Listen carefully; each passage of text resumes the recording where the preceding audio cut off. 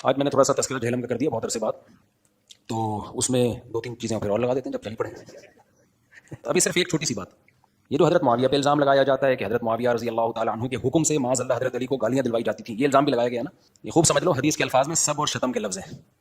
سب اور شتم کا لازمی ترجمہ یہ کرنا گالیاں، یہ بالکل غلط ہے. سب اور شتم کسی کی پالیسیوں پہ اعتراض کرنا، کسی کو جو ہے وہ اختلاف رائے کرنا، اس میں تھوڑا مضبوط لہجہ اختیار کرنا، اس کو بھی سب و شتم کہا جاتا ہے. یہ وہ جو الزام لگائے جا رہے ہیں نا، یہ وہ الزامات ہیں جو مدعی سست اور گواہ چست.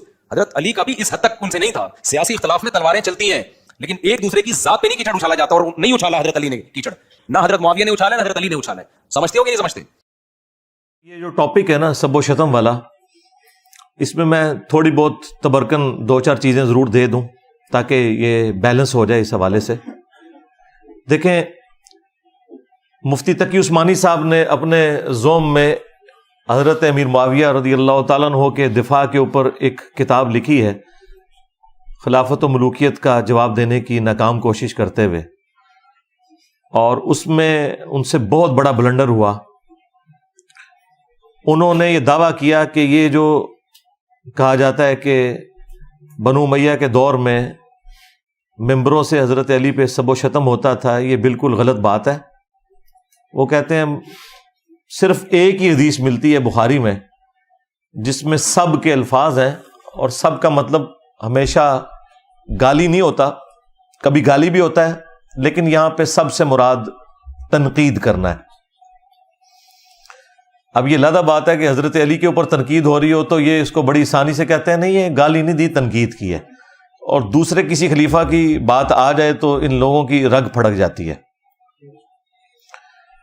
تو اس پہ میں نے کہا تھا کہ اگر تو یہ تقی عثمانی صاحب نے غلط بیانی جان بوجھ کر کی ہے تو منافقت کی ہے، لیکن یہ تو بہت بڑا حکم ہے. ہم یہ سمجھتے ہیں کہ انہوں نے جان بوجھ کے ایسا نہیں کیا ہوگا، لا علمی میں کیا، یعنی وہ اس ٹاپک سے لا علم ہے. اور یہی ہم آپ کو بتانا چاہ رہے ہیں کہ جن علماء کے پیچھے آپ لگے ہوئے ہیں، جنہوں نے آپ کو طوطے کی طرح رٹا دیا جی وہ سب کا مطلب گالی نہیں ہوتا، سب کا مطلب تنقید ہوتا ہے، ان بیچاروں کو پتہ ہی نہیں ہے. بخاری کی جو سب والی حدیث تھی یہ مسلم میں بھی موجود ہے 6229، اس میں واضح الفاظ ہیں کہ آل مروان میں سے جب ایک بندہ حاکم بنا، اور یہ بات ہو رہی ہے حضرت معاویہ رضی اللہ تعالیٰ عنہ کے دور یا ان کے بعد کی، پہلے کی نہیں ہے یہ بات، بعد کی آل مروان تو پھر بعد میں ہی آئے. یعنی وہ جو کہتے تھے صلح حسن ہوئی تھی، صلح حسن کے بعد یہ ہوا تھا، کس طریقے سے اس صلح کے ساتھ یہ ظلم کیا گیا. تو مسلم شریف کے الفاظ ہیں، سہل ابن سعد السعدی کو بلایا گیا اور کہا گیا کہ آپ ممبر پر چڑھ کر حضرت علی کے اوپر لعنت کریں. نعوذ باللہ، لعنت کے الفاظ ہیں. اگر یہ نہیں کہہ سکتے تو کہو لعن اللہ ابو تراب، ابو تراب مٹی والے پر لعنت، نعوذ باللہ. اچھا، اور ممبر پر. اب بخاری میں تو سب کے لفظ تھے، مسلم نے اس کے کھول کے بیان کر دیا. میری ویڈیوز نہیں دیکھی تھی امام مسلم نے، انہوں نے جو صحیح بات تھی وہ امت تک پہنچا دی. اب انہوں نے انکار کیا، اور جب انہوں نے کہا کہ آپ کہہ دو ابو تراب پہ، تو اس پہ حضرت سہل ابن سعد السعدی جو ہے وہ ہنسنا شروع ہو گئے. انہوں نے کہا تم اس نام کو برا سمجھ رہے ہو، اور حضرت علی اس نام سے بہت خوش ہوتے تھے. بنو امیہ کے لوگ حضرت علی کو ابو تراب کہتے تھے حقارت کی وجہ سے، مٹی والا، جبکہ یہ نام خود رسول اللہ نے رکھا ہوا تھا ان کا، اور حضرت علی نے اپنی کنیت ہی بدل لی تھی. آپ کی کنیت تھی ابو الحسن، لیکن آپ کہتے تھے مجھے ابو تراب کہا کرو، چونکہ نبی علیہ السلام نے مجھے ابو تراب کہا ہے. اچھا، اب بنو امیہ تو سمجھتے تھے یہ، اب ان کا علمی لیول دیکھ لیں تقی عثمانی صاحب کا، اور ان کے بڑے تھے وہ لوگ، وہ پوچھتے آگے سے سہل ابن سعد السعدی کو یہ ابو تراب نام کیسے پڑا. یعنی ان کے بڑوں کو بھی کچھ نہیں پتا تھا کہ حضرت علی کی یہ کنیت ہے. یعنی یہ صرف یہ جاہل نہیں ہے، ان کے بڑے بھی جاہل تھے اس زمانے کے لوگ. تو حضرت سہل ابن سعد السعدی نے کہا کہ میں تمہیں بتاتا ہوں، اصل میں ہوا یوں کہ میاں بیوی ہونے کے ناطے ایک دفعہ حضرت علی اور سیدہ فاطمہ علیہم السلام کا آپس میں جھگڑا ہو گیا. حضرت علی ناراض ہو کے گھر سے نکل گئے. جو میں اکثر کہتا ہوں کہ شریف شوہر وہی ہے کہ جب بیوی سے جھگڑا ہو تو خود نکل جائیں.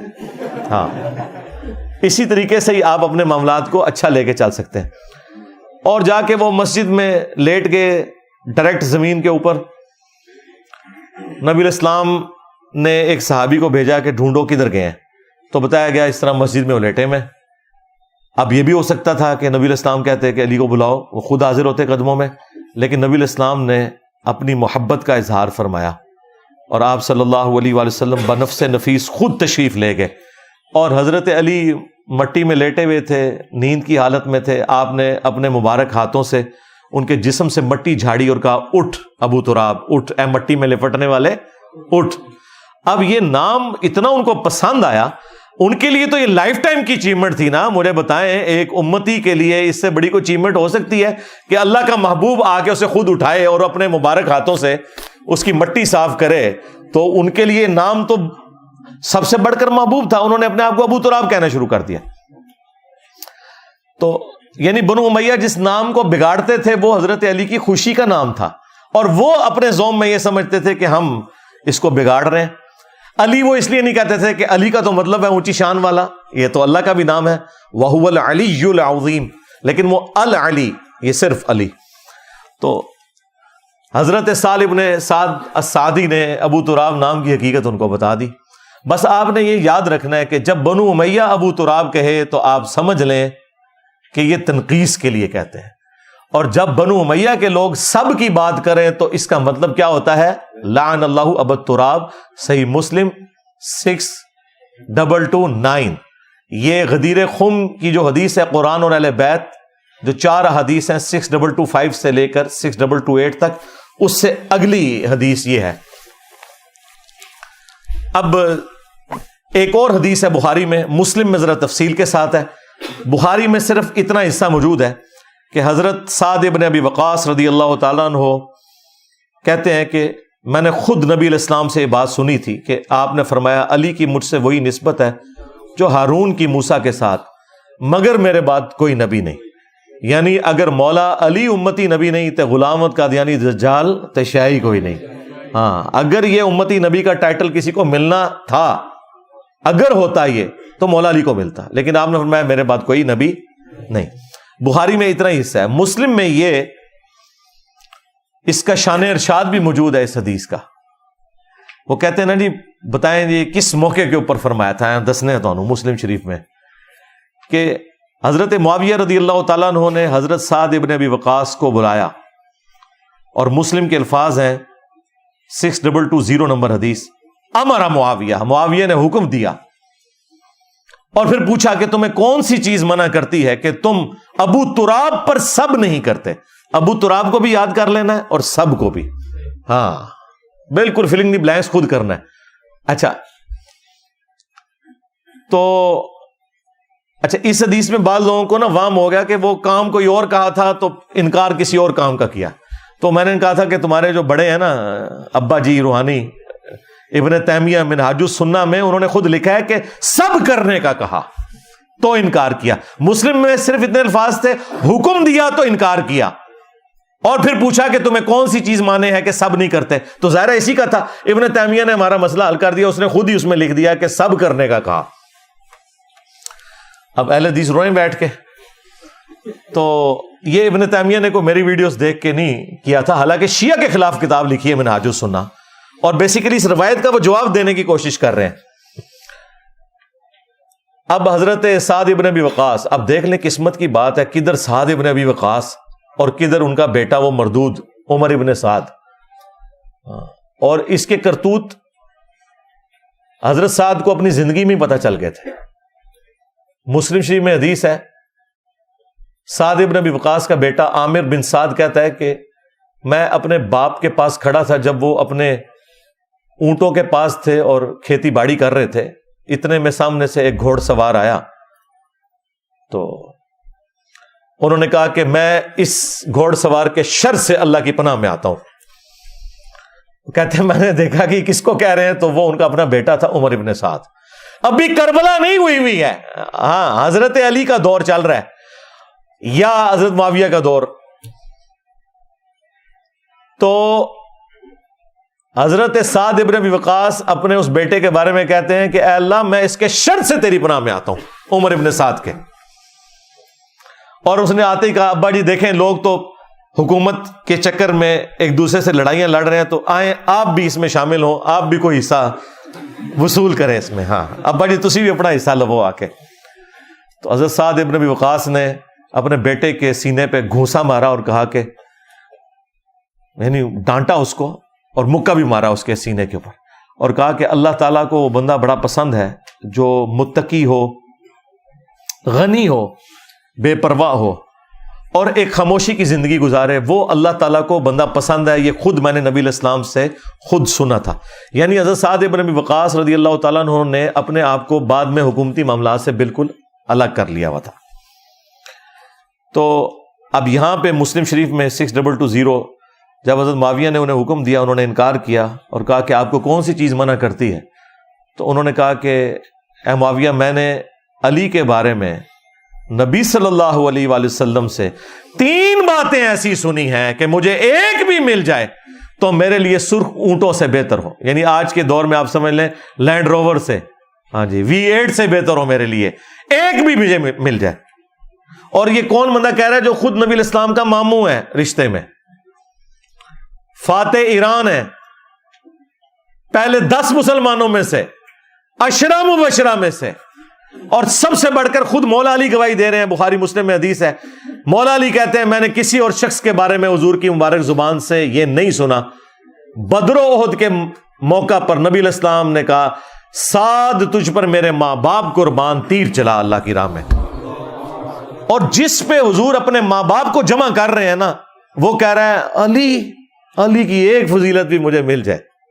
ٹھیک ہے, اور یہ لے کے بیٹھے ہوئے فتح مکہ کے بعد مسلمانوں کو, اور وہ لکھ رہے ہیں جی علی معاویہ بھائی بھائی. اور خدا دا نہ آ جائے, زمین و آسمان نو بلا رہے ہو, ہاں جی اسلام کے رشتے میں. اسلام پھر ساڈا نام ہی لکھ لو نال بھائی بھائی, خدا دا نہ آ جائے. کس کو کس سے ملا رہے ہو؟ وہ ٹھیک تھا نعرہ تمہارا, خلافت راشدہ حق 4 یار, بالکل. اچھا, وہ پھر حضرت سعد ابن ابی وقاص کہتے ہیں سن پہلی فضیلت, یہ وہ جو بخاری میں بھی حصہ آیا ہے کہ نبی صلی اللہ علیہ وآلہ وسلم نے تبوک کے موقع پر, پہلا اور آخری موقع تھا کہ آپ حضرت علی کو ساتھ نہیں کسی جنگ میں لے کے گئے, ورنہ ہر جنگ میں حضرت علی نبی علیہ السلام کے ساتھ آگے آگے جھنڈا اٹھا کے چلتے تھے. تو یہ پہلا اور آخری موقع تھا. حضرت علی کو مدینہ شریف چھوڑا تو آپ رو پڑے. تو نبی علیہ السلام نے فرمایا کہ اے علی, کیا تو اس بات پہ راضی نہیں, تیری میرے ساتھ وہی نسبت ہے جو ہارون کی موسیٰ کے ساتھ, مگر میرے بعد کوئی نبی نہیں. یعنی جس طرح موسیٰ علیہ السلام کو طور پر گئے تھے, ہارون علیہ السلام کو اپنی جگہ چھوڑ کر گئے تھے. اس سے کوئی خلافت نہیں ثابت ہوتی, کیونکہ اگر آپ ثابت کریں گے تو حضرت ہارون جو ہیں وہ حضرت موسیٰ سے پہلے فوت ہو گئے تھے. ان کے خلیفہ جوشوا بنے تھے, یوشع ابن نون. نبی علیہ السلام کا جو خلیفہ اور وصی ہے وہ قرآن ہے.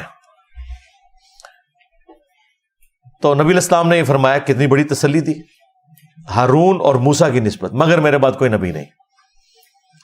اور دوسرا, غزوہ خیبر کے موقع پر نبی علیہ السلام نے فرمایا کل میں اس شخص کے ہاتھ میں جھنڈا دوں گا جو اللہ اور اس کے رسول سے محبت کرتا ہے, اللہ اور اس کا رسول اس سے محبت کرتے ہیں. یہ اس سے بڑی بات ہے. ہم پوری رات اس شوق میں نہیں سوئے کہ کس کی قسمت میں یہ ہوگا. اور مسلم میں تو الفاظ ہیں, حضرت ابو ہریرہ کہتے ہیں کہ حضرت عمر مجھ سے کہا کرتے تھے کہ یہ پہلا اور آخری موقع تھا کہ مجھے بھی خواہش ہوئی کہ یہ جھنڈا مجھے مل جائے. صبح نبی علیہ السلام نے کہا علی کی طرح بلاؤ. ان کو آشوب چشم تھا, آپ نے اپنا لعاب دہن لگایا, شفا ہو گئی, اپنے مبارک ہاتھوں سے زرہ باندھی اور کہا کہ اے علی جب جنگ کے لیے جانا تو ان کو پہلے دعوت دینا, اگر تیری وجہ سے کسی ایک بندے کو بھی ہدایت مل گئی تو تیرے لیے سرخ اونٹوں سے بہتر ہے. میدان جنگ میں بھی یعنی دعوت والا معاملہ. اور پھر اللہ تعالیٰ نے فتح دے دی. اچھا, اب یہاں سے وہ کہتے ہیں جی وہ نبی علیہ السلام نے حضرت علی سے مدد مانگی. مدد کہاں سے مانگی ہوئی؟ حضرت علی کی تو آنکھیں نہیں کھل رہی تھی, حضور نے ان کی مدد کی, آشوب چشم دور کیا اور اس کے بعد ڈیوٹی لگائی. تو اس طریقے سے حضرت علی کو شان کو بیان کرنا کہ نبی علیہ السلام کو ان کا کوئی محتاج بتانا, یہ صراحتاً گستاخی والا معاملہ ہے. اور تیسرا موقع سن, جب نجران کے کرسچنز کے ساتھ نبی علیہ السلام کی ڈیبیٹ ہوئی, الٹیمیٹلی قرآن میں سورہ آل عمران میں حکم نازل ہوا کہ اب ان کے ساتھ آپ مباہلے والا معاملہ کریں.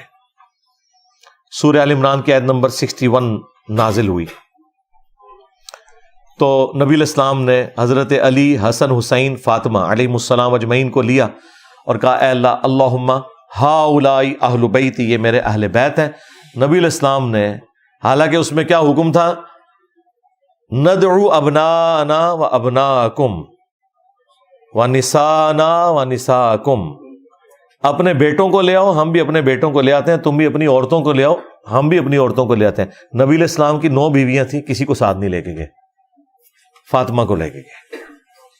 اب یہ اسپیشل پروٹوکول ہے. یہ جو لوگ کہتے ہیں نا جی یہ پنجتن پاک جو ہیں یہ اعزازی اہل بیت ہے، نہ سرکار، امہات المومنین اعزازی اہل بیت ہیں، یہ حقیقی اہل بیت ہیں، وہ بھی حقیقی ہیں. یہ میں حقیقی وہ والی ٹرم نہیں جو رافضی استعمال کرتے ہیں، نہ میں وہ والی. میں آپ کو بتانا چاہ رہا ہوں کہ اس کے پیچھے کیا ہے، کیونکہ غدیر خم کی حدیث میں ہے کہ زید ابن ارقم کہتے ہیں کہ نبی علیہ السلام کے اہل بیت وہ ہیں جن سے آپ کا دودھ اور خون کا رشتہ ہے. اور پھر وہ ساتھ کہتے ہیں کہ بیوی صرف اتنی دیر اہل بیت ہوتی ہے جتنی دیر خاوند کے عقد میں رہے، جب اسے وہ طلاق دے دے تو بیوی اپنے باپ کے پاس لوٹ جاتی ہے.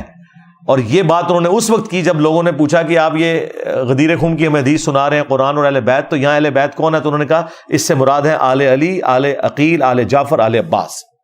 تو یہ یاد رکھیے گا، حضرت علی، فاطمہ، حسن و حسین سے حضور کا رشتہ ٹوٹ ہی نہیں سکتا تھا کیونکہ وہ خونی رشتہ تھا. بیویوں سے آپ کا رشتہ ٹوٹ بھی سکتا تھا، الحمدللہ نہیں ٹوٹا. ہاں، دنیا اور آخرت میں وہ ہماری مائیں اور نبی الاسلام کی بیوی ہیں. لیکن یہ صحابی نے جو بات کی ہے بتانے کے لیے کہ حقیقی اہل بیت وہ ہوتے ہیں جن سے آپ کا خون کا رشتہ ہوتا ہے، اور بیوی سے جو آپ کا رشتہ ہوتا ہے وہ خون کا نہیں ہوتا، وہ اعزازی رشتہ ہوتا ہے، اس کی وجہ سے وہ بھی اہل بیت ہوتے ہیں. ٹھیک ہے، تو اب یہ میں چیزیں ساتھ اس لیے کلیئر کر رہا ہوں تاکہ آپ کو یہ بات سمجھ آئے کہ آپ نے افراط و تفریط سے بچنا ہے. تو اہل بیت والے معاملے میں نبی علیہ السلام نے حسن و حسین، سیدہ فاطمہ اور حضرت علی کو اپنے ساتھ لے کے آئے اور کہا اے اللہ یہ میرے اہل بیت ہیں. یہ فضیلت سنائی. مسلم شریف میں تو حدیث ختم ہو جاتی ہے. یہی حدیث 100% اسی سند کے ساتھ امام نسائی نے اپنی کتاب سنن نسائی الکبریٰ میں لی ہے. اس کا الگ سے چیپٹر چھپ چکا ہے، خصائص علی. وہ ہمارے جیلم شہر سے ہی شیخ زبیر صاحب کے اسٹوڈنٹ غلام مصطفیٰ ظہیر صاحب امن پوری حفظہ اللہ تعالی، ہم تو احترام سے ان کا نام لیں گے، تو انہوں نے اس پہ تحکیم لگائی ہوئی ہے. اس میں آگے الفاظ ہیں، تحکیم کی تو ضرورت نہیں، اس کی سند بھی مسلم شریف والی ہے. اس میں آگے الفاظ ہیں کہ سعد ابن ابی وقاص کا بیٹا کہتا ہے پھر حضرت معاویہ جتنے دن مدینہ شریف رہے حضرت علی کی تنقیص کا ایک جملہ بھی اپنی زبان سے نہیں نکالا، کیونکہ میرے باپ نے جس طریقے سے ان کو ٹریٹ کیا تھا. اب اس نے امام نووی کا بھی پول کھول دیا. امام نووی نے مسلم شریف کی حدیث کی شرح میں لکھا ہے کہ وہ حضرت معاویہ تو بیسیکلی یہ کہہ رہے تھے کہ یہ لوگ گالیاں دیتے ہیں حضرت علی کو، آپ مجھے حضرت علی کے فضائل سنائیں تاکہ میں لوگوں کو قائل کروں. دیکھو کڈی لمبی جناب دفاع کر دے جے. تو وہ حدیث نے بتا دیا کہ وہ جتنے دن پھر ادھر رہے انہوں نے حضرت علی کے بارے میں کوئی غلط جملہ نہیں بولا. یہ حدیث سنن ابن ماجہ میں بھی اس کا ایک طریق موجود ہے. اس میں چوتھی فضیلت بھی ہے، من کنت مولاہ فہذا علی مولا، جس کا مولا میں اس کا مولا علی.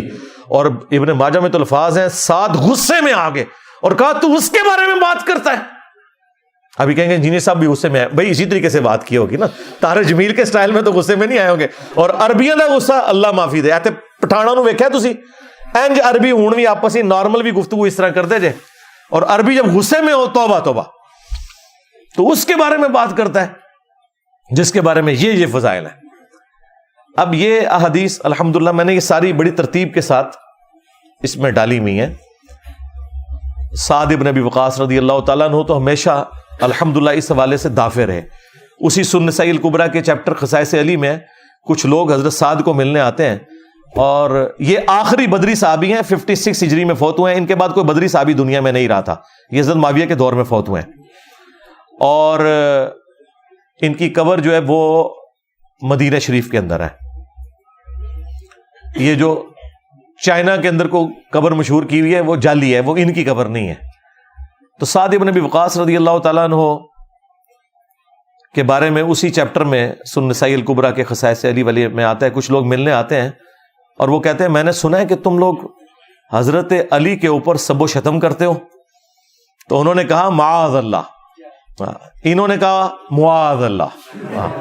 یہ معاذ اللہ علی سرکار اللہ معاملہ نہیں، ان کا معاذ اللہ. ہم سعد ابن معاذ جب بولیں گے وہ میم کے اوپر پیش کے ساتھ بولا جاتا ہے، ان کا معاذ اللہ، ہم کیوں ایسی حرکت کریں گے. تو انہوں نے کہا کہ یہ لوگ اگر میرے سر پر آرا رکھ دیں میری مانگ پر اور مجھے دھمکی لگائیں کہ سعد تیرے 2 ٹکڑے کر دیں گے اور تو علی کے بارے میں کوئی برا جملہ اپنی زبان سے نکال تو میں اپنے 2 ٹکڑے کروا لوں گا، لیکن میں علی کے بارے میں کوئی نیگیٹو جملہ نہیں بولوں گا، کیونکہ جو کچھ میں نے رسول اللہ سے اپنے کانوں سے سن رکھا ہے علی کی شان میں صلی اللہ علیہ وآلہ وسلم رضی اللہ تعالیٰ. یہ سعد ابن ابی وقاص. اور بیٹا دیکھ لیں، جس طرح نوح علیہ السلام کا بیٹا، یہاں پہ بھی بیٹے کے آپ کرتوت دیکھ لیں. اس کے علاوہ بھی کئی ایک احادیث ہیں، وہ بیان کیا تو کافی ٹائم لگ جائے گا.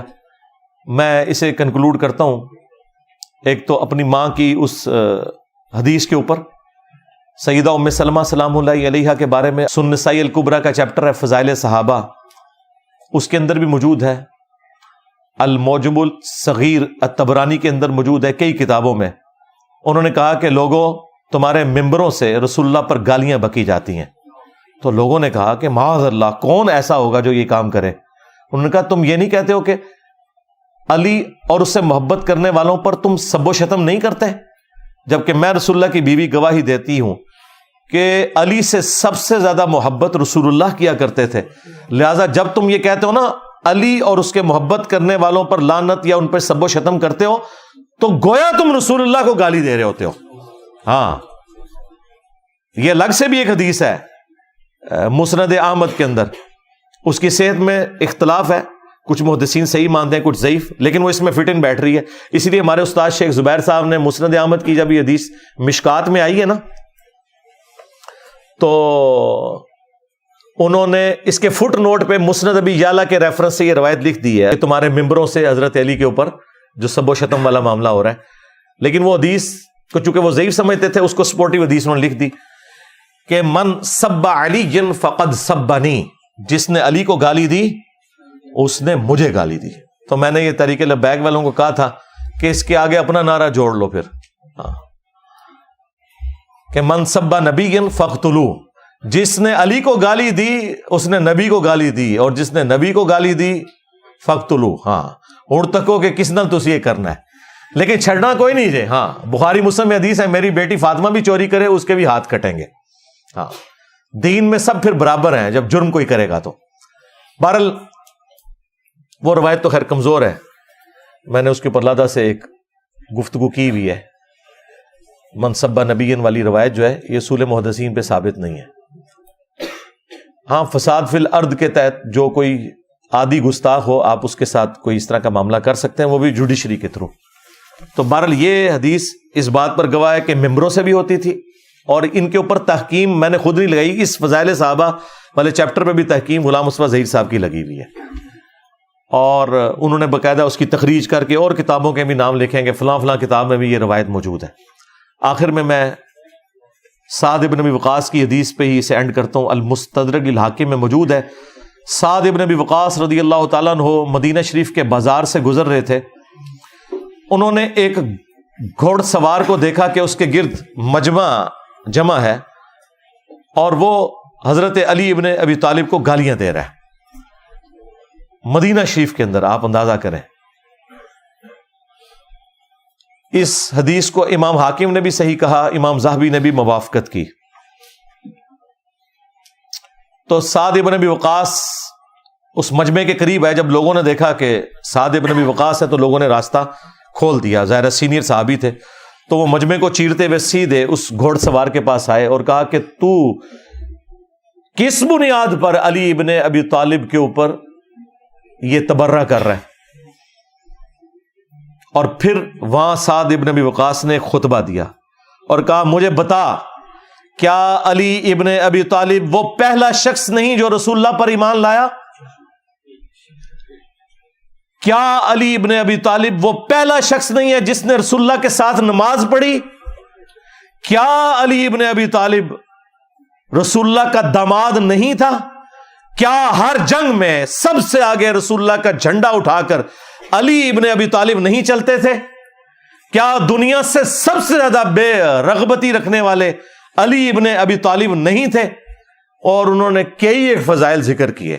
اس کے بعد انہوں نے کہا کہ اے اللہ، یہ تیرے اولیاء میں سے ایک ولی، ایک انہوں نے اپنے جعلی ولی بنائے ہوئے نا، یہ تیرے اولیاء میں سے ایک ولی کی گستاخی کر رہا ہے، اپنی قدرت کا کرشمہ اسی وقت دکھا.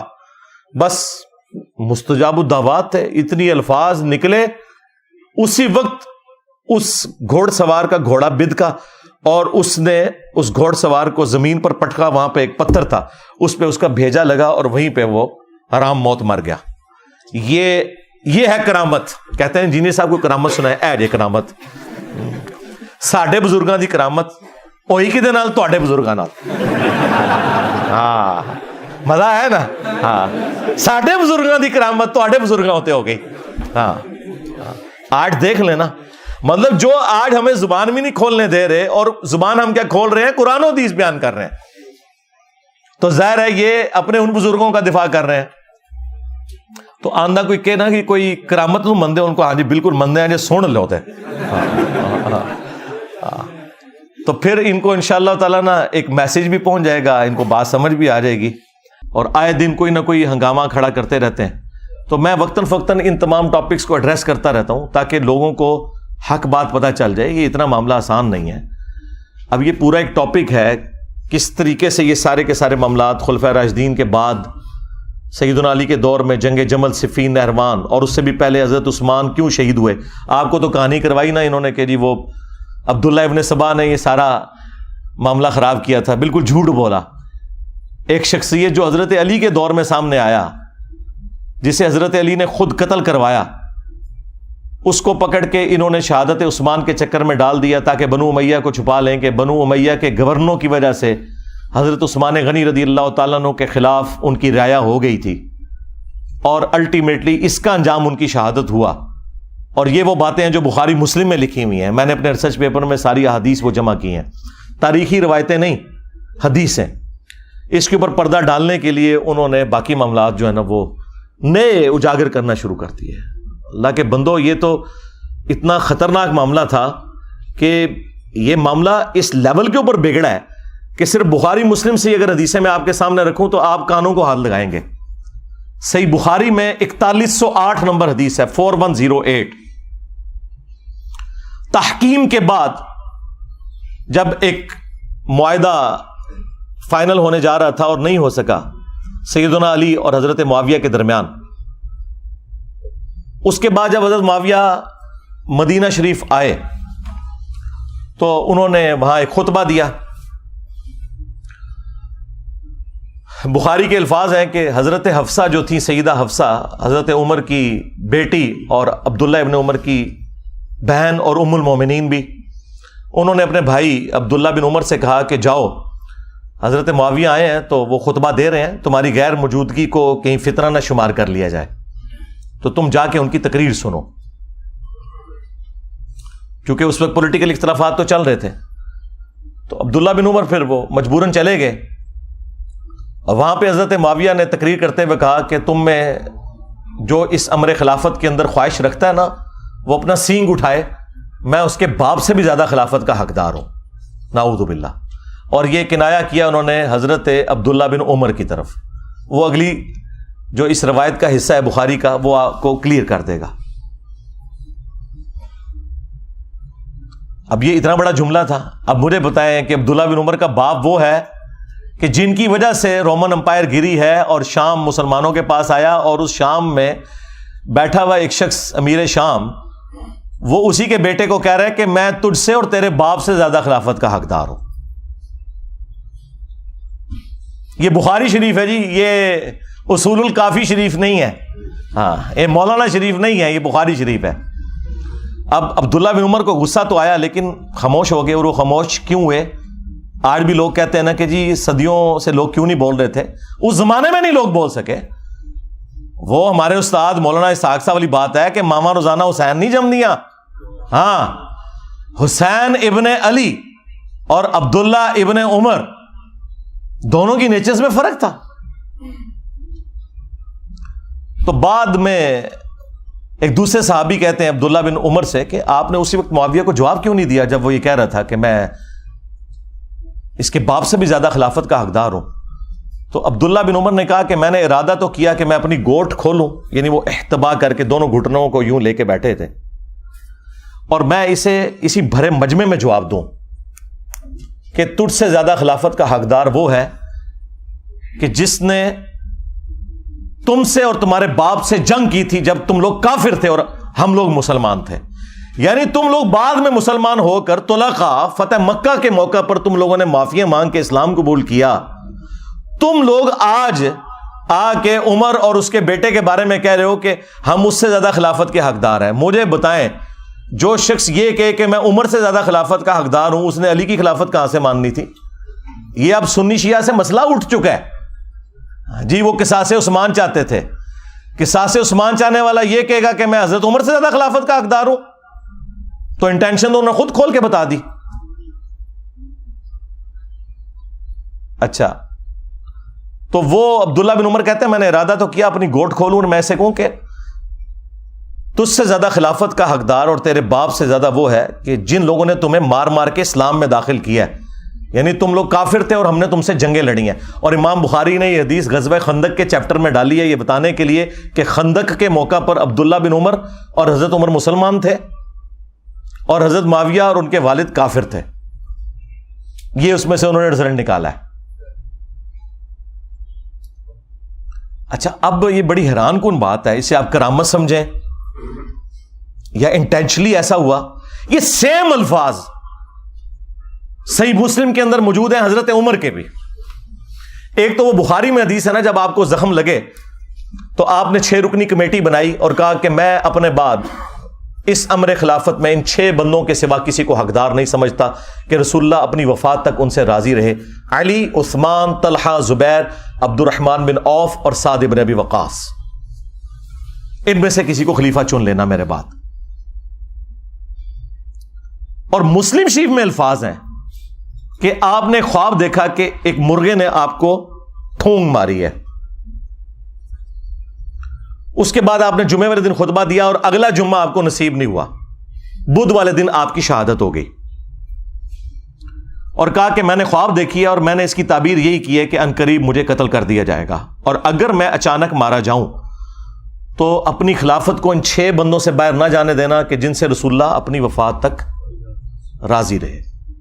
اس کے آگے بڑے خطرناک الفاظ ہیں کہ تم دیکھو گے کہ ان 6 بندوں کی مخالفت وہ لوگ کریں گے کہ جن کو میں نے اپنے ہاتھوں سے اسلام کے لیے مارا ہوا ہے، اور اگر وہ مخالفت میں سامنے آ جائیں تو سمجھ لینا کہ یہ لوگ اللہ کے دشمن اور کافر ہیں. اتنے سخت الفاظ ہیں.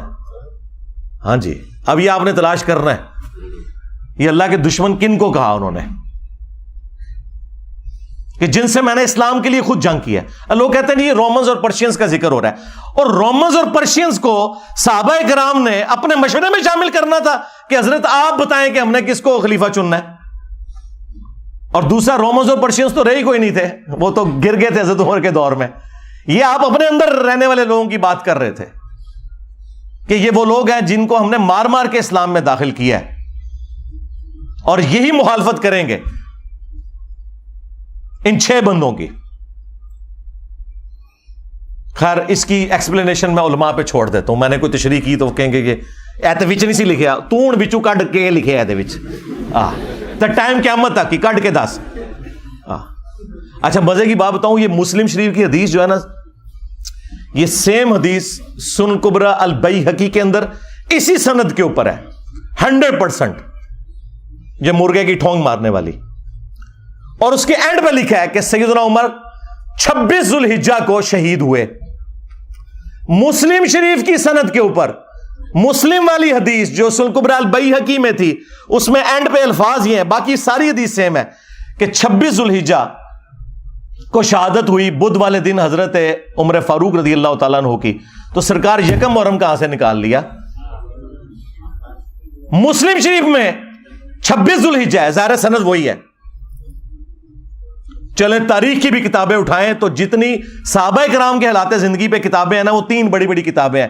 الاستیاب امام ابن عبد البر کی کتاب،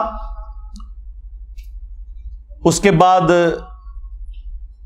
اسد الغابہ ابن اثیر کی کتاب اور اس کی شرح الاصابہ، 8000 صحابہ کے حالات زندگی ابن حجر اسقلانی کی، یہ 3 مین کتابیں، تینوں میں 26 ذوالحجہ لکھا ہے۔ باقی اقوال لکھ کے انہوں نے کہا یہ ثابت نہیں ہے۔ یکم محرم کا تو قول لکھا ہی نہیں ہوا۔ ایک جگہ ہے کہ جب دفنا چکے تھے تو محرم کا چاند نکلا، وہاں پہ بھی یکم محرم شہادت نہیں ہے۔ حضرت عثمان کی بھی بیعت پہلے ہو چکی تھی، اتنا بڑا جھوٹ بولا۔ ادھر غدیر خم کی ڈیٹ انہوں نے 18 ذوالحجہ کو حضرت عثمان کی شہادت کے ساتھ جوڑ دیا، حالانکہ حضرت عثمان غنی رضی اللہ تعالیٰ عنہ کی شہادت 18 ذوالحجہ کو ہوئی نہیں ہے۔ ان ساری کتابوں میں آپ نکال کے دیکھیں تو آپ کو 18 ذوالحجہ کی ڈیٹ نہیں ملے گی، 12 ذوالحجہ کی ملے گی۔ ہر معاملے میں جہاں جہاں مولوی گھس سکتا تھا نا، اس نے گھسنے کی کوشش کی ہے، اور میں نے الحمدللہ مسلم شریف سے مولانا شریف کو باہر نکالا ہے۔ جیسے وہ جب تک آپ کتے کو باہر نہیں نا نکالتے کنویں سے تو ڈول نکالنے سے وہ پاک نہیں ہوتا، تو یہ مسلم شریف میں الفاظ تھے کہ حضرت عمر نے کہا یہ 6 بندے ایسے ہیں کہ ان کی مخالفت وہ لوگ کریں گے جن کو میں نے اسلام کی خاطر مارا ہوا ہے۔ سیم الفاظ وہی حضرت عبداللہ بن عمر نے ریپیٹ کیے۔ حدیث ختم نہیں ہوئی بخاری کی، آگے الفاظ ہیں کہ عبداللہ بن عمر کہتے ہیں کہ میں نے ارادہ تو کیا تھا یہ ساری باتیں کروں، تو پھر مجھے جنت کی نعمتیں یاد آ گئیں اور میں نے انہی پر اکتفا کر لیا، اور پھر میں خون ریزی اور فتنے کے ڈر سے خاموش ہو کر اپنے معاملات کو میں نے اسی کے اوپر اکتفا کر لیا۔ وہ حدیث کا راوی کہتا ہے کہ عبداللہ بن عمر نے خاموش ہو کر اپنی جان بھی بچا لی اور اپنی عزت بھی بچا لی۔ ایک ماموں نے دوسرے ماموں سے اپنی جان اور عزت بچائی۔ ابھی عبداللہ بن عمر بھی تو ماموں ہے نا، جب انہوں نے رشتے اس طرح کے نکالے ہوئے ہیں تو عبداللہ بن عمر ماموں نہیں ہے، وہ خال المومنین نہیں ہے۔ تو وہ کہتے ہیں کہ عبداللہ بن عمر نے اپنی جان بھی بچا لی اور عزت بھی بچا لی، یعنی اس وقت کیسی کیٹاسٹرافک کنڈیشن تھی کہ لوگوں کو اپنی جان سے بھی ہاتھ دھونا پڑتا تھا۔ تو سرکار لوگ کہتے ہیں کہ بھی سارے حسین ابن علی کی طرح کیوں نہیں اکٹھے ہو گئے، اپنے بال بچوں کے ساتھ کیوں نہیں سامنے آ گئے؟ ایسا ہو نہیں سکتا میرے بھائی۔ یہ تو جن کا یعنی گھرانہ اتنا عالی ہے کہ جنہیں یہ پتا ہے کہ ہمارا کسی چیز کو ایکسیپٹ کرنا، اس کو دین کا حصہ بنا دینا ہے، انہوں نے ہی سامنے آنا تھا نا، باقی لوگوں نے کہاں سے آنا تھا؟ پھر سورہ مریم میں جو آیت ہے، اللہ تعالیٰ نے انبیاء اکرام علیہم السلام کا ذکر کر کے فرمایا کہ جب انبیاء اکرام دنیا سے چلے جاتے تھے نا، فَخَلَفَ مِن بَعْدِهِمْ خَلْفٌ، تو ان کے جانے کے بعد ایسے ناخلف لوگ جانشین ہوتے تھے، اضاعوا الصلاۃ، جو نمازوں کو ضائع کرتے تھے، واتبعوا الشہوات، اور وہ شہوات کی پیروی کرتے تھے، فسوف یلقون غیا، ان قریب یہ اپنے انجام کو پہنچ جائیں گے۔ اللہ تعالیٰ نے کہا کہ انبیاء جب بھی دنیا سے جاتے تھے ان کے جانے کے بعد ناخلف لوگ ان کے جانشین بن جایا کرتے تھے، یعنی کچھ عرصہ گزرنے کے بعد ان قریب یہ اپنی اس گمراہی کی سزا کو پالیں گے۔ یہ جو سورہ مریم کی آیت ہے نا، یہ سیم فٹ ان ہوئی نبی علیہ السلام کے کیس میں بھی، اور اس کی ایکسپلینیشن میں وہ صحیح مسلم کی مشہور حدیث ہے جو آپ کو سمجھ ہی نہیں آ سکتی تھی جب تک آپ کو کربلا سمجھ نہ آئے، کہ نبی علیہ السلام نے فرمایا کہ جب کبھی بھی اللہ نے کسی پیغمبر کو مجھ سے پہلے بھیجا نا، تو اس کے جانثار ساتھی حواری ہوا کرتے تھے، وہ حواری بڑے پیشن کے ساتھ اس کی دعوت کو آگے لے کے چلتے تھے، اور جب وہ مخلص لوگ رخصت ہو جاتے تھے نا، تو پھر ایسے ناخلف لوگ اس مسند پہ آگے بیٹھ جاتے تھے جو زبان سے وہ کہتے تھے جو کرتے نہیں تھے، اور جس کے کرنے کا حکم دیا گیا ہوتا تھا اس کی مخالفت کرتے تھے، الٹ چلتے تھے۔ ایسے لوگوں کے خلاف جو اپنے ہاتھ سے جہاد کرے وہ مؤمن ہے۔ کون؟ حسین ابن علی۔ جو اپنی زبان سے جہاد کرے وہ بھی مؤمن ہے، اور جو اپنے دل میں جہاد کرے، یعنی اگر کمزور ہے دل میں ہی برا مانے، سامنے نہ آئے، عبداللہ بن عمر، عبداللہ ابن عباس، عبداللہ ابن زبیر، اس جیسے لوگ، وہ بھی مومن ہے، لیکن ظاہر ہے کہ یہ اس لیول کے نہیں۔ اور فرمایا اس کے بعد رائی کے دانے کے برابر بھی ایمان نہیں ہے اگر کوئی دل میں بھی برا نہیں سمجھتا۔ یہ جو حدیث ہے کہ تمام انبیاء کے ساتھ ایسا ہوا ہے، تو دیکھ لیں سیدنا حسین ابن علی ہی سامنے آ کے کھڑے ہوئے. صحیح بخاری میں ایک اور حدیث ہے 4827.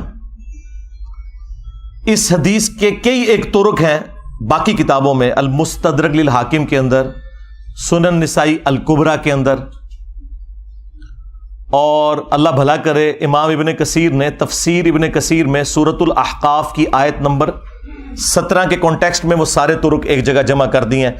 تفسیر ابن کثیر کے اوپر تو کسی کو اختلاف ہو ہی نہیں سکتا تھا، اور بخاری کی حدیث 4827 وہ بھی لی اور باقی اس کے طرق بھی ایک جگہ جمع کیے. اس سے آپ کو پورے سینیریو کا اندازہ ہو جائے گا. مروان بن حکم جب مدینے کا گورنر بنا تو بخاری کے الفاظ ہیں کہ اس نے ایک دن خطبے میں یزید ابن معاویہ کا ذکر کرنا شروع کیا اور کہا کہ اللہ تعالیٰ نے امیر المومنین حضرت معاویہ کو یہ بات سجھائی ہے، وہ امت کے وسیع تر مفاد کے اندر اپنے بعد یزید ابن معاویہ کو خلیفہ بنانا چاہتے ہیں. یعنی ابھی حضرت معاویہ زندہ ہیں اور بیعت لے رہے ہیں اپنے بیٹے کے لیے. اب بخاری میں بس اتنے الفاظ ہیں کہ جب اس نے یہ بات کی نا تو عبد الرحمن بن ابی بکر کھڑے ہوئے اور انہوں نے کچھ کہا. امام بخاری نے اپنی شرافت کی وجہ سے وہ الفاظ نقل نہیں کیے، لیکن وہ الفاظ کہیں گئے نہیں ہیں، وہ حاکم کے اندر، سنن نسائی الکبریٰ میں، اور اللہ بھلا کرے تفسیر ابن کثیر میں انہوں نے سارے طرق، المعجم الکبیر طبرانی سے بھی جمع کر دیے. بخاری میں الفاظ ہیں کچھ کہا تو مروان نے کہا پکڑو اس کو، عبد الرحمن بن ابی بکر کو. تو وہ بھاگ کر حضرت عائشہ کے حجرے میں چھپ گئے. مسجد نبوی کے ساتھ ہی تھا حجرہ عائشہ، اور یہ حضرت عائشہ کے بھائی بھی لگتے تھے، اور جو ہمارے سب کانٹیننٹ میں کہا جاتا ہے نا سگے بھائی، کہ ماں اور باپ دونوں ایک. عرب میں تو باپ ایک ہونا تو سگا ہو جاتا ہے. یہ عبد الرحمن بن ابی بکر وہ ہیں کہ جو والدہ ہیں ان کی اور والد دونوں وہی ہیں جو سیدہ عائشہ کے والدین ہیں. اب اس کو غصہ تو تھا لیکن اندر تو نہیں جا سکتا تھا، تو باہر سے اس نے کہا کہ ابو بکر کے بیٹے تیرے بارے میں ہی قرآن میں آیت نازل ہوئی ہے نا. وہ ایک کافر والی آیت لگا دی پکڑ کے. توبہ توبہ. یہ ہیں آل امیہ کی چاکری کرنے والے لوگ کہ تیرے بارے میں آیت نازل ہوئی تھی نا، کہ یہ کہتا ہے کہ اپنے ماں باپ کو کہتا ہے کہ تم لوگ جو مجھے یہ کہتے ہو کہ مرنے کے بعد دوبارہ زندہ کیا جاؤں گا، تو یہ اگلے لوگوں کی کہانی ہے. یہ قرآن کو جو اگلے لوگوں کی کہانیاں کہتا تھا نا ابو بکر کے بیٹے، تو ہے وہ.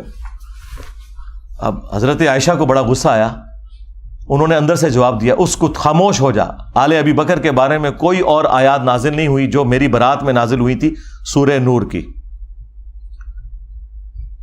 اور بخاری کی حدیث یہاں پہ ختم ہے، لیکن جو باقی روایتیں ہیں ان میں فلنگ دی بلینکس بھی ہیں. ایک تو یہ کہ وہ عبد الرحمن بن ابی بکر نے کیا بات کی تھی کہ جو امام بخاری نے کہا کہ کچھ کہا تو اس نے کہا پکڑو اس کو. ظاہر ہے کو چوبے والی گل کی ہے نا. ہاں انہیں کیا سی کہ سیدھی طرح کہہ کہ تیرا امیر المومنین کیسر و کسرا کے طریقے پہ چلنا چاہتا ہے، ابو بکر اور عمر کے طریقے پر نہیں. کیونکہ اس نے یہ کہا تھا کہ بھئی ابو بکر نے بھی تو عمر کو اپنے بعد خلافت کے منصب پر چھوڑا تھا نا، تو ہمارے امیر المومنین بھی چاہتے ہیں کہ یزید کو چھوڑ دیں. بھئی یزید تو ان کا بیٹا ہے، اور حضرت ابو بکر کا بیٹا تو عبد الرحمن بن ابی بکر سامنے بیٹھا تھا، اس کو تو نہیں بنایا تھا. تو اس کو تو غصہ آنا تھا کہ بھی میں تو کوئی خلیفہ نہیں ہوں اور تم مثال کون سی دے رہا ہے، کدھر سے جوڑ کے کون سی بات فٹ کر رہا ہے.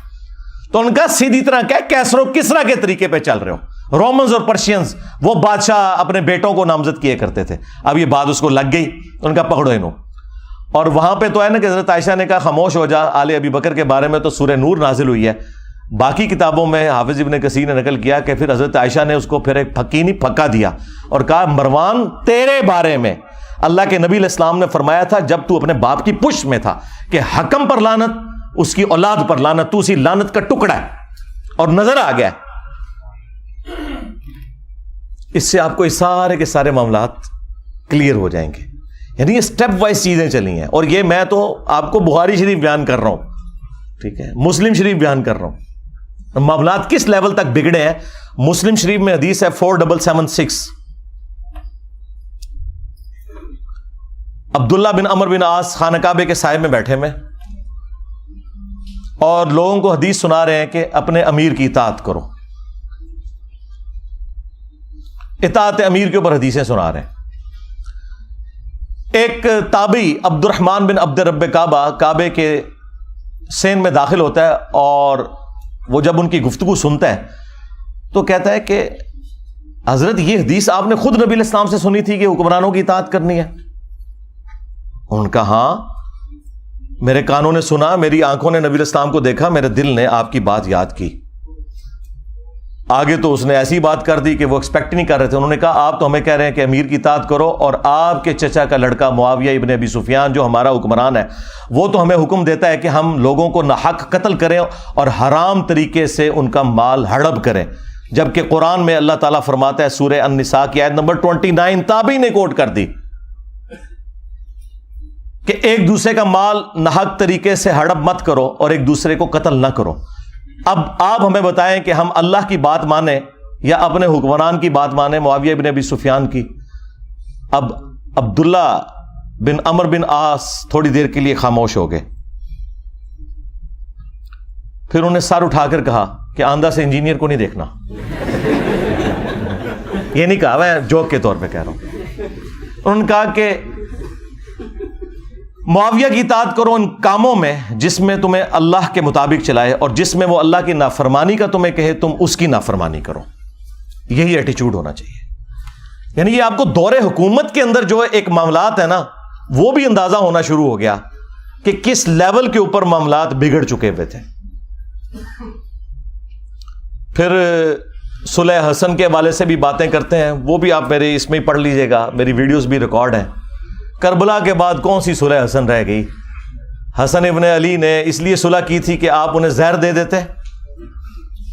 المصنف ابن ابی شیبہ میں موجود ہے, زہر دیا گیا. اور ابو داؤد میں تو اتنی رکت انگیز حدیث ہے کہ پھر دربار شام میں اس چیز کی خوشی منائی گئی. ہاں ظاہر ہے جب آپ غم نہ کریں تو اسے خوشی منانا ہی کہا جائے گا نا. الٹا کوئی غم کی بات کر رہا ہے آپ اسے ٹوک دیں. مقدام بن مادی کر بیٹھے ہوئے ہیں, یہ حدیث مسند احمد میں بھی ہے اور سنن ابی داؤد میں بھی. شیخ زبیلی زئی اور شیخ ناصر الدین البانی دونوں نے اس حدیث کو ٹھیک کہا ہے. مقدام بن مادی کر بیٹھے ہوئے ہیں امیر شام کے دربار میں, اور اتنے میں خبر پہنچتی ہے کہ حسن ابن علی شہید ہو گئے.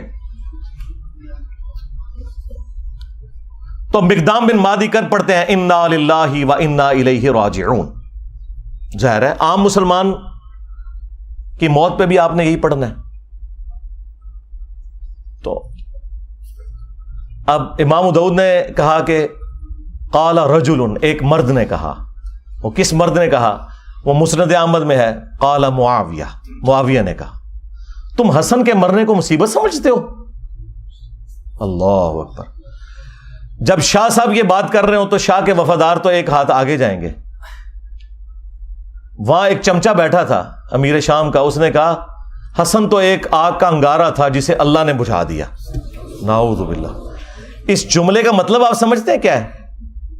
یعنی حسن کے ساتھ ظاہر ہے یہ ایک پیس ٹریٹی اور صلح حسن ہوئی ہوئی تھی, کچھ شرائط تھیں, تو آگ کا انگارہ اس لیے تھا کہ کسی بھی وقت ان شرائط کے ٹوٹنے کے اوپر حسن قیام کر سکتے ہیں, جو ان سے ہم نے وعدہ خلافیاں بھی کی ہیں اتنی زیادہ, سوائے ایک خمس ملتا تھا, باقی تو کوئی بھی شرط پہ عمل نہیں ہوا.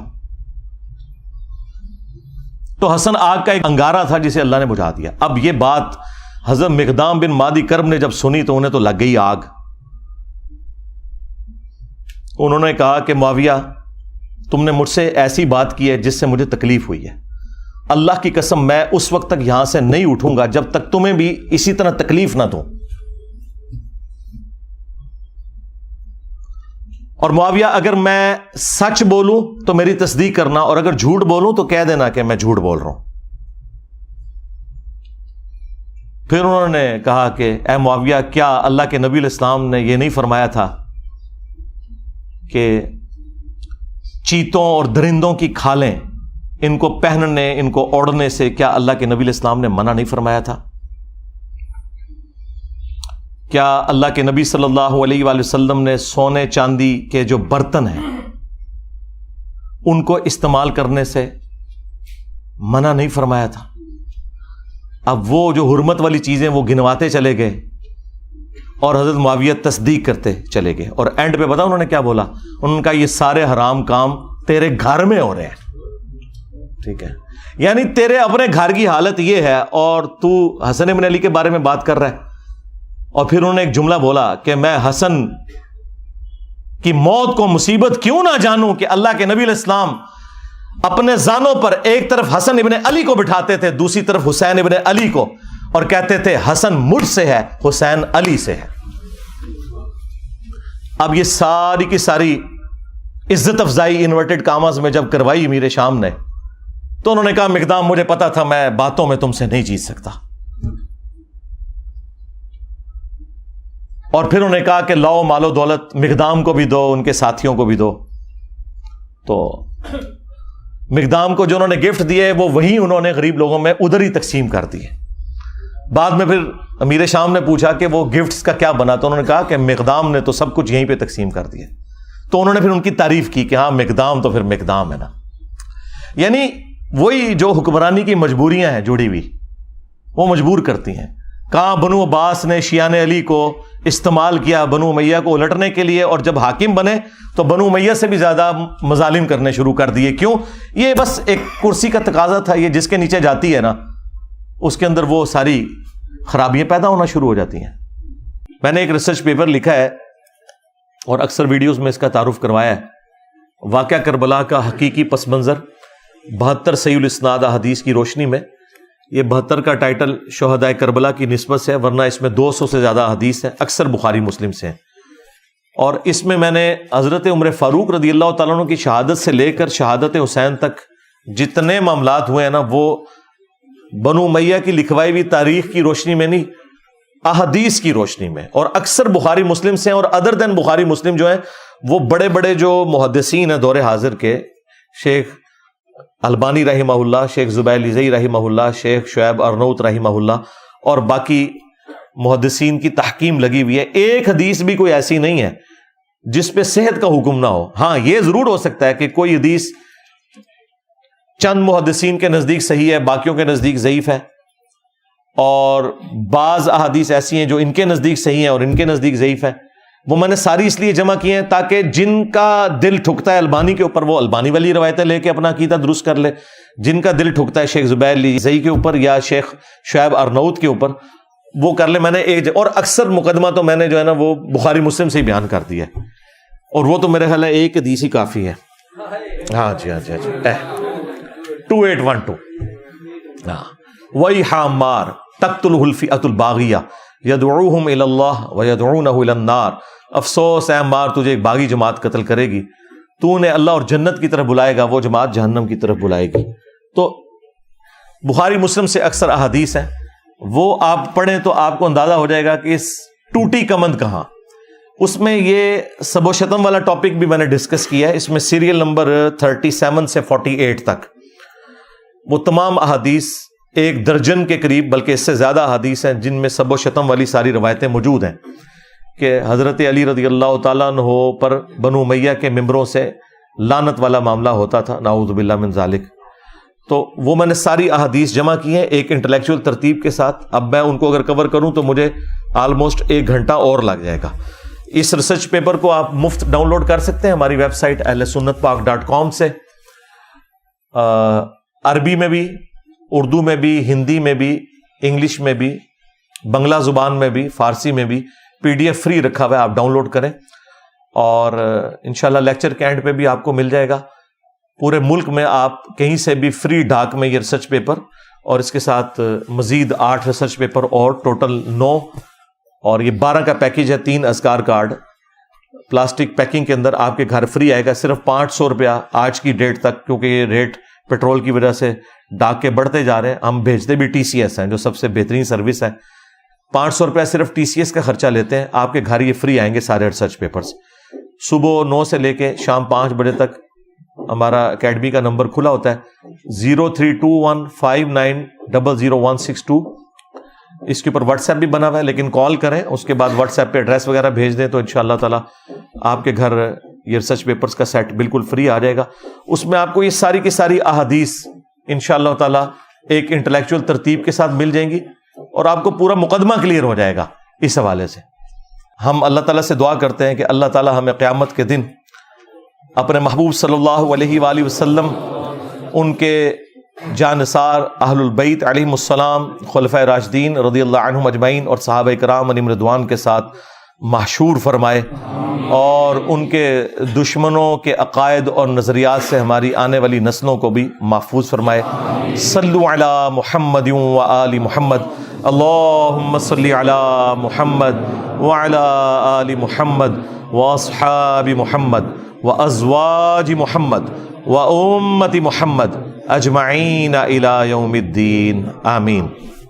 اللہم انی اسألک بأنک انت اللہ لا الہ الا انت الاحد الصمد الذی لم یلد ولم یولد ولم یکن له کفوا احد وإلہکم الہ واحد لا الہ الا هو الرحمن الرحیم.